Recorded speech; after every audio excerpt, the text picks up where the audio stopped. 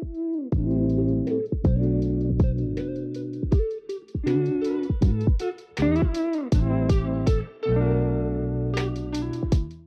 up guys, welcome back to Aquatic Elements. Today we are in Swindon visiting Scott's monster fish room. Now we're going to be looking at his amazing 500-gallon indoor monster fish pond and also the selection of fish he's got in his racking system. We're going to be feeding the fish, looking at the filtration and really having a deep dive into this monster fish room. So let's get Scott on the camera and let's check it out. Thank you very much, Scott, for having us and showing us your fish room. Welcome. If you could maybe talk to us a bit about the racking system you've got here. We'll move on to the pond a little bit later in the video. Maybe talk to us about the setup you got here. Yeah, so this is the Casco racking system. I got this from MTF Aquatics. Okay. And it runs on a sump. So this was originally made so it will go through some filter socks and the sponges would be under there. Yeah. But I wanted to load it up with as much biomedia as possible because you can never have enough of that. So it goes through the first two sponges, through all the biomedia, and then straight out and back up. Back up. So each of the tanks have got this overflow on them? Yes. And they all just... They've all got the overflow. Yeah. And individual, and 3 taps on each, but I only use the 1 on each. Okay. Just so then it's got more flow, and then it can pick up as much detritus and dirt as possible. That's really. just going via gravity down to this bottom section? That's it, yeah. And then how often do you clean that sponge out? Probably every 3 days. Okay. Every 3 days, but there's also a UV clarifier right at the back. Oh yeah, I can see that. So that does a really good job. So I never have any algae on these tanks. Yeah, they're looking spotless. Yeah. And then you've got loads of different media. Is this like a sinter glass media or something? This Yeah, one? so these ones are the Canos. Oh yeah. Cano Backy. And then you've got the Alpha Grog. I've also got Matrix in there. Basically as much as possible. And then I recently got this one here. The Polyp Lab one. Yeah, brilliant. Seen And the difference in that already.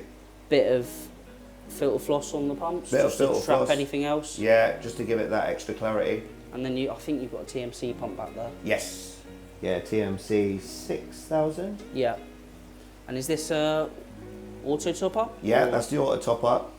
So whenever I drain it or evaporation happens, basically Yeah. it just kicks straight in and it'll go through the water purifier first. Okay, so you got that on a float valve. Yeah.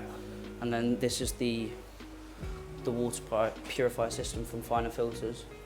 So you just got a 5 micron membrane, Yeah. carbon, and that goes up to that system there.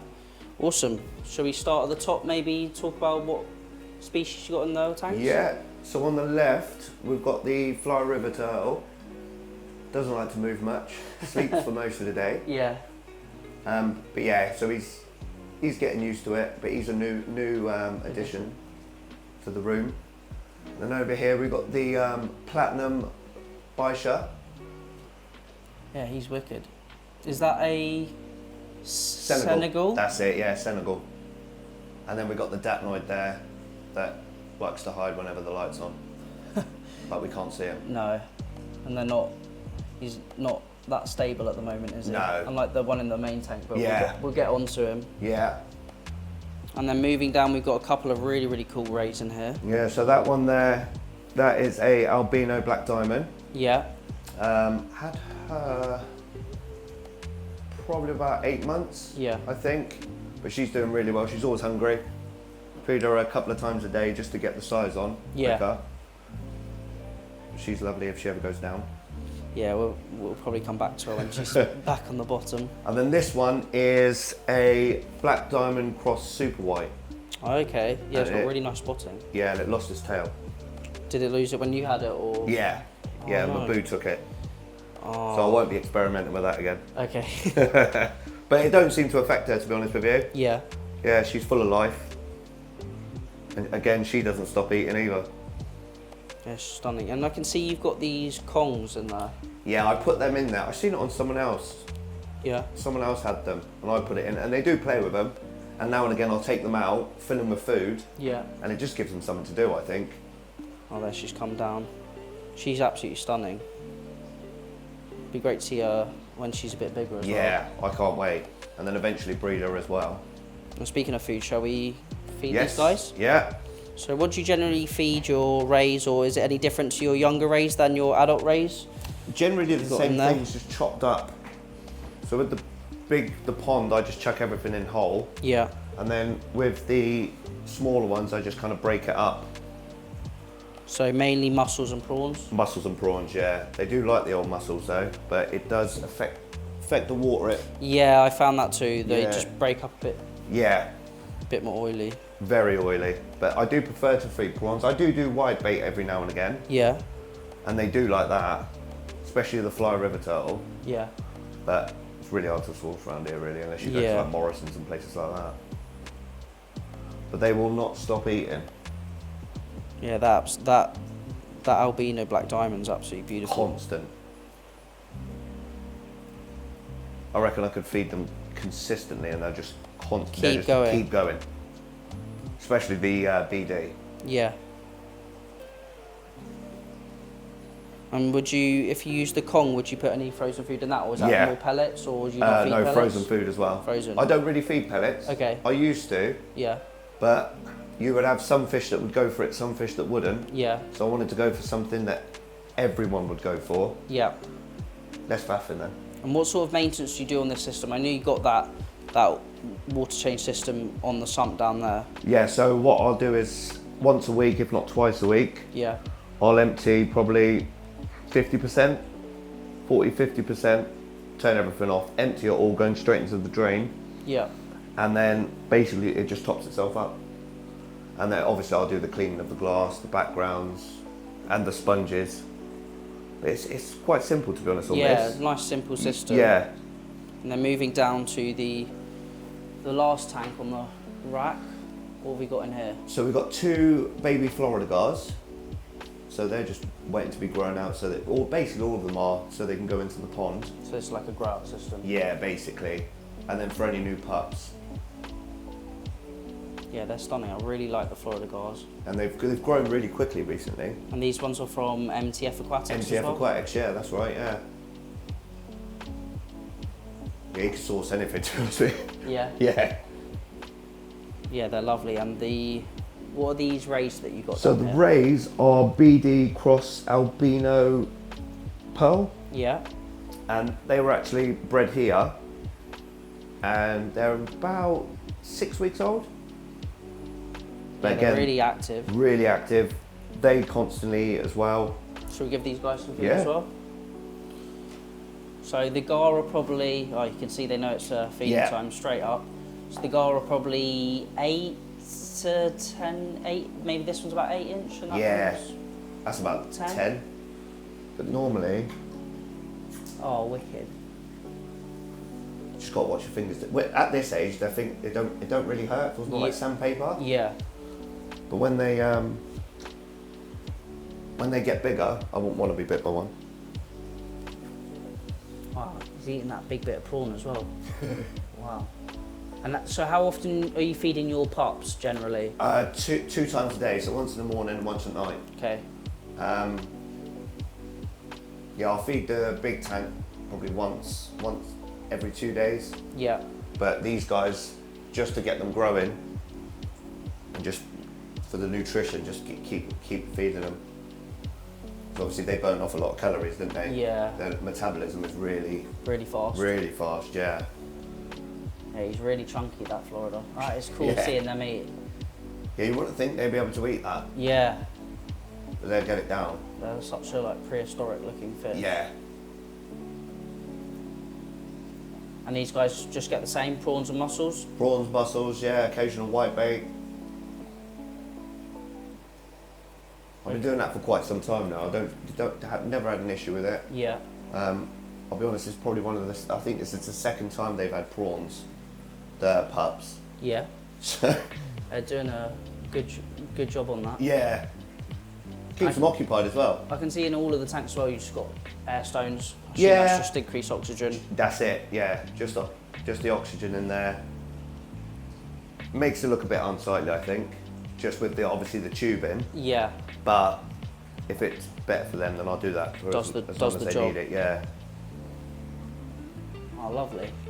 So that's your racking system. Shall we take a look at the main pond now? Yeah. So what system have you got, and what's the sort of dimensions, volume? So this is a 500 gallon. So it's 6 foot by 4 foot by 4 foot. And I'm running a DIY backy shower, Yeah. which we'll see shortly. Yeah, we're going to have a look at that. I've got wave makers basically throughout. So I've got one on this in this corner that will point upwards. Yeah. Just to get everything up really, because it's quite hard to clean this. Yeah. And sand just comes out of nowhere for some reason. I'm not sure why. And then one Maybe down from there. the media? I'm thinking it might be, yeah. So it just keeps a constant rotation of flow. So you've got a Jaya wave maker in there, J-Cod Yes, one, and is that that's the same. J-Cod as well? Yeah, And then I can see you've got a Tommy drain in the back corner there. yeah. Tommy drain and of the standard Inkbird. Yeah. And then for returns, I can see you've just got 2 returns out the top there. Yes. Coming from the filtration. Yeah, And then is there, did you say is there a Venturi in the back section you've got? yes, there is. Yeah, Just add a bit more air. Well, I'm sure we'll come back to the fish and maybe give them a bit of a feed, but should we go and check out the filtration system you got? Yeah, let's go. Right, so it's a little bit of a squeeze in here, but we'll be able to show you the filters that Scott's got running.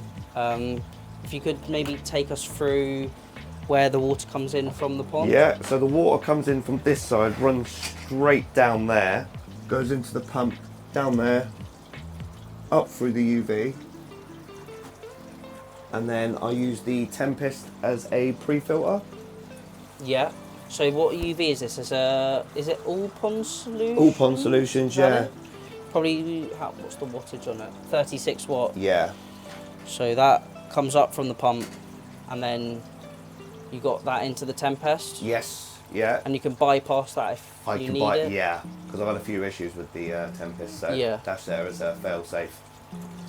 So that's just full of your K1, is it? K1 micro, yeah. And then that's coming out of there, and then going into this Yes, so that is... shower. See if we can have a look in there. So that's basically just got filter floss on top. Yeah, Then I've got koi matting, yeah, and then it just goes through the sponges, but the reverse way. So yeah. the course is at the bottom, just Yeah. so it's easier for me to change. And then just all down here, which you can't see, is filled with Kintama, Kano, Matrix, Yeah. Alpha Grog, basically filled to the brim. And then it goes straight out to return. So it's quite simple, But effective. but effective. Yeah, the water's crystal clear, so you basically just got your mechanical and then biological. That's it, yeah. I didn't want to overcomplicate it. Yeah. And then keep it effective. have you got a separate pump running this Yes, then? separate pump that also goes down there, so it goes to a split. So that pump we saw, there's a second one down there. And that runs straight under the desk Yeah. shelf thing to a cloverleaf heater. Yeah. So it's like a 2 kilowatt or something. That's it, yeah, 2 kilowatt. And then it goes into this tub, which is the moving bed. And So again, you just got K1 in there. K1 in there. And then I've also got a backup heater, just in case. Something happens. Yeah, so you got the Inkbird. Is that Yes. the Wi-Fi one connects to your phone? Yeah, Wi-Fi one. And then you got your pump controllers here. Yeah, pump controllers are up there. And then these are the Oh, the wave makers. They're the wave makers. And then I've also got an auto top off in here as well. Is that That thing, yeah. that system up there? It wasn't expensive, Yeah. really cheap to be honest with you, but it goes through the Purifier? purifier, goes into there, and then it will change over about 350 litres a day. Yeah. Just so then by the end of the week, the whole thing's been changed. So you're not really doing any big water change, you're No. literally just constant trickle in, trickle out. Constantly, that's it, yeah. And then you got your air pump running the moving bed. And then the way it goes out is by this overflow. It's kind of like a vacuumed overflow. Yeah. So when that pumps in, it will trickle out of here, go straight out into the drain. So I don't really have to do anything.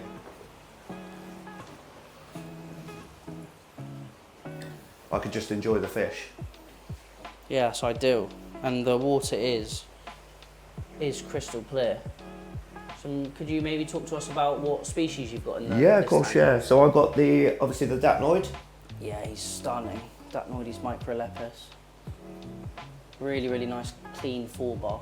Yeah, and he's come out of his shell recently. He used to just hide in the corner. Yeah. But yeah, he's really come out of his shell.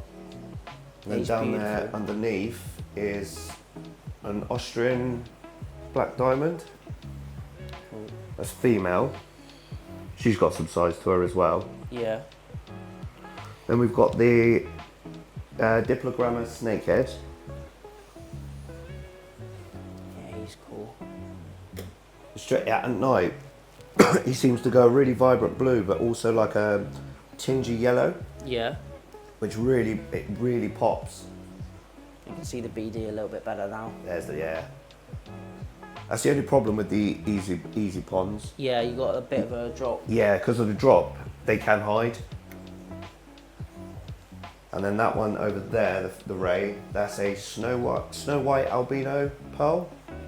Yeah, she's stunning. You can, well, the camera's really picking up the white colour on her. And how long have you had the rays? Rays, so I've had the Snow White probably coming up to a year. Yeah. And the BD since December, the female BD. Okay. But they got them really well, to be honest with you. Are they both females, those? Both females, yeah. That's probably why they got them. Yeah. And then you've got a few cool gar up here, I can see. Yeah, so that's the Cuban gar.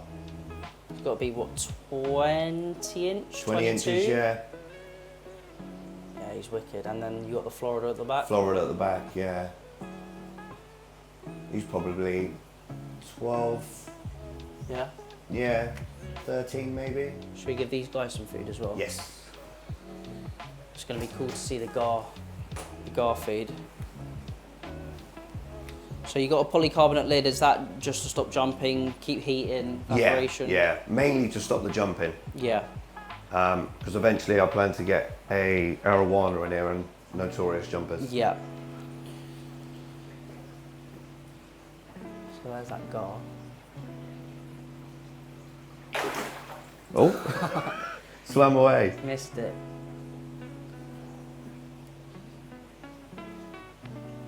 Not used to being fed this time. Got to watch out your fingers this one. Yeah, vicious. But this ray normally comes up straight up.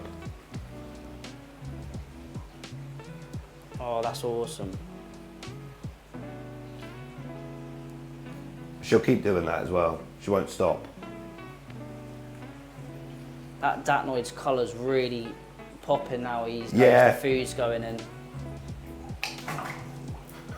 Oh.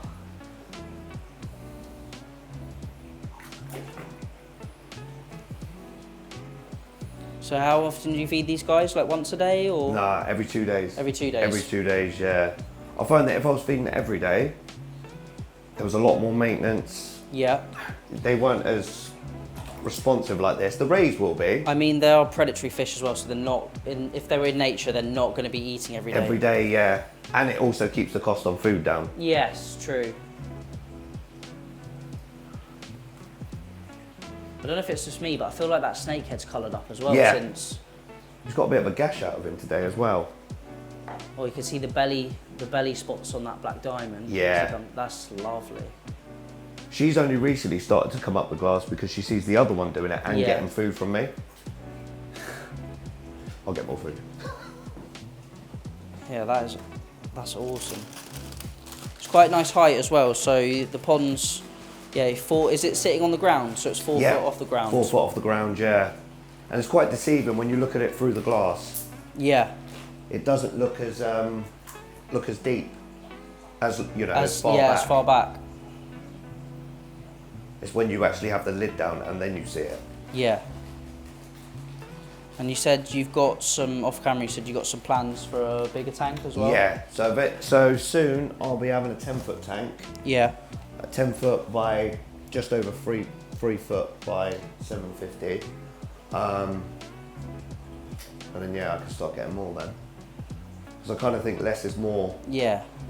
I don't want to overfill it. You don't overstock it. That's it. Oh, and I do have a bircher in there as well. In that bottom corner there, but you rarely see that one. Is that an Endler cherry? Ornate. Oh, ornate. Yeah. But I'm in two minds whether to take that out. Yeah, I had a bircher as well, but wasn't for me. Yeah. They don't really do much, do they? No, they just sort of chill out. Yeah. Sit on the bottom. And he'll have a tendency to hide in the front here. Yeah, so you can't see So him. you rarely see him. I suppose once you've got that glass tank, at least it'll be a lot more. Yeah. You'll be able to see everything. Then. And then hopefully the guys from the rack can go into that one as well. Yeah. Yeah, he's cool, that guy. But that guy's normally pitch black. And he looks like he has cataracts most of the time. Yeah. But the light's normally not on, so he's really brown. Yeah, look at the belly spots on that ray. And the disc on that's got to be 16 inch? Yeah. Easy, yeah. Even bigger. She weighs a ton as well. Oh, I bet. Trying to net her out is... Yeah, it's funny watching them come up over the glass. I find that mine don't really do that. I think as they get older, they do. Get more used to you feeding. I think so, yeah. Yeah. It was only because the gar will always feed, like, as soon as I drop it in the water, I go for it. Yeah. And I think the Ray's picked up on that. But what she likes to do, the Snow White, is actually swim against the current on the Wave maker? Wave maker. Yeah. And she'll do that all day. Unless she's being fed.